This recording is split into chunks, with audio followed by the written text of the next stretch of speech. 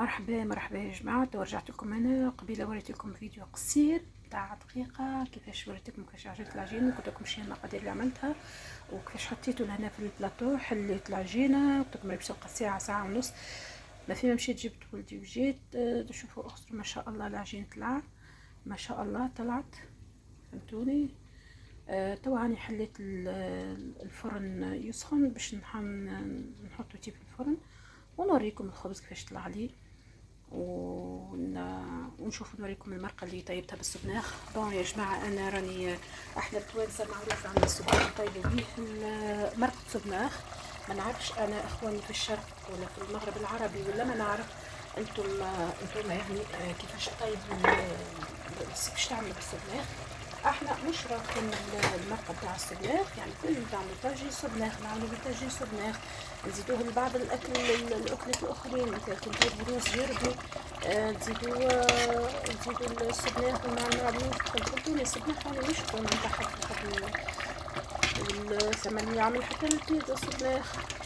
دونك يا جماعه انا وريت لكم هذه مرقه السبناخ اللي باش نطيب بها الخبز، اللي باش نطيبها في الفرن ان شاء الله. تطيب الطيب، شوفوا يعني تكون مانيش باش ناكلوها جاريه ولكن تشوف متماسكه شده روحها. كيما قلت لكم انا شريت زوز ربطات سبناخ، قسمتهم طريفات صغار، فهمتوني. غسلتهم بالكدا كما تعرفوا لازم يتغسلوا بالكدا حتى لين يصفى الماء نتاعهم. نحطوا نصبوهم في الكاسيرول، نحطوهم باش يتقلوا. لازم يتقلوا يبدالوا بالكدا لازم يشوفوا خضرين، لازم يتقلوا لين ينشف الماء نتاعهم. كما تعرفوا السبناخ فيه الماء، فالماء هذاك لازم ينشف مره واحده، ينشف مش حتى نحرقوه، ولازم ديما نحرقوا ونراقبوا، مش نخلوه حتى السبناخ معاهم كعبه بصل. ربطت السبناخ هذوك قطعتهم كما قلت لكم، غسلتهم معاهم كعبه بصل، حطيتهم يتقلوا مع بعضهم حتى الماء تاع السبناخ هذاك ما عادش موجود. زدتهم الطماطم المعجونه، مغرفتين كبار طماطم معجونه. خليتهم يتقلوا شويه مع زيت زيتونه كالعاده. لازم هذاك زيت زيتونه ما فيش مع زيت زيتونه. خليتهم يتقلوا مع بعضهم مع الطماطم بالكدا. زدت لهم الحمص، نكراو مرقه السبناخ فيها البطاطا والحمص واللحم، هذوما هم.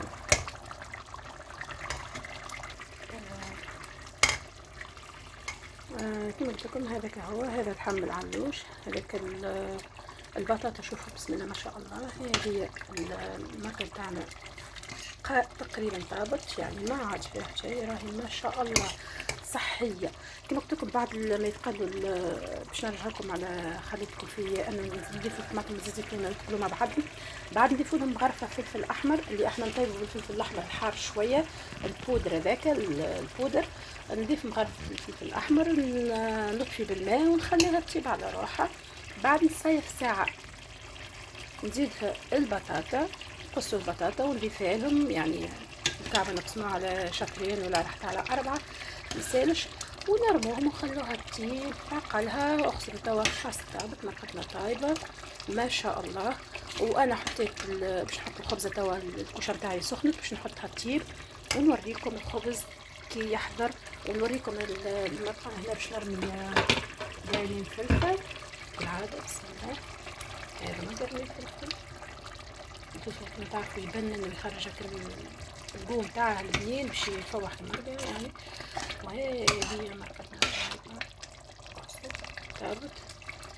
نبقى لي كانت نطيب الخبزه. هذه خبزتنا باش تجيب ما شاء الله العجين طلع، ونحط نجيب الخبز ونسقو ونتغدو. بون هذه ما تعرفوا احنا راهو اللي عنده الصغار واللي عنده القاضي والمشي والجاي وكله هذا جيب وهذا، يعني غدانا راهو ديما مؤخر ل4 حتى ل5 غدا وعشاء. يلا نشوفكم بعد ما نكمل الخبزه. اوكي يا جماعه، والله الريحه ما نحكي لكمش. بعد ما درت القرن فلفل الخضر ما نحكي لكمش، والله يا ريت تكون بحلاوه وديقوها، والله من اعز ما تاكلوا. جربوها وش بيه ما ثم حتى مشكل. احنا ناخذوا من بعضنا ونتعلموا من بعضنا، وما نستاهلش انا نجم نعمل اكله مثلا شرقيه وانتم تنجموا تعملوا أقليم المغرب العربي، يعني نتعلموا من بعضنا، ناخذ من بعضنا الأفكار، وإذا تجربوها والله ننصحكم إنكم تجربوها واعطوني رأيكم. هاي يا جماعة هذه الخبزة تابت، أغسل بسم الله وما شاء الله. أغسل، شوف باش نقول لكم الزيت الأخرى، أغسل ما شاء الله. هذه الكاكو، ومن هنايا كيما تراو شوف باش نقسم لكم ونوريكم. هذه مرقتنا كيما لكم طابت ما شاء الله.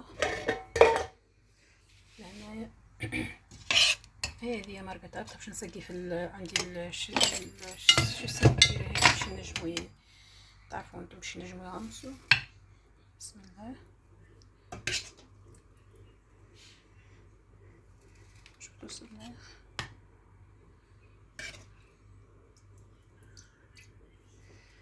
هذا قرين الفلفل، هكا اللحم.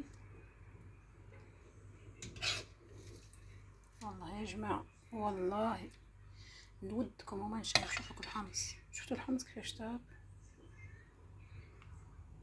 البطاطا عندنا كيف طايبة، يعني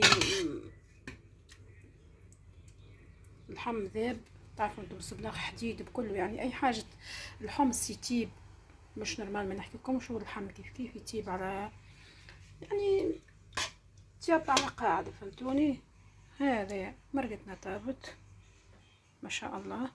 هذا الخبز كما حكيت لكم طابت، يعني مرقة في الدار لازم ياكلها بشوية خبز دياري. هذا توا انا باش شوف الخبز اخسر ما شاء الله. بنين تقول عليه قطو، مش معناتها تقول عليه خبزة قطو. ما شاء الله ما شاء الله. والبنة شوف اخسر. وهذه المرقة بتاعنا كما حكيت لكم ما شاء الله. ان شاء الله تجربوها وان شاء الله تعجبكم. هذا خبزنا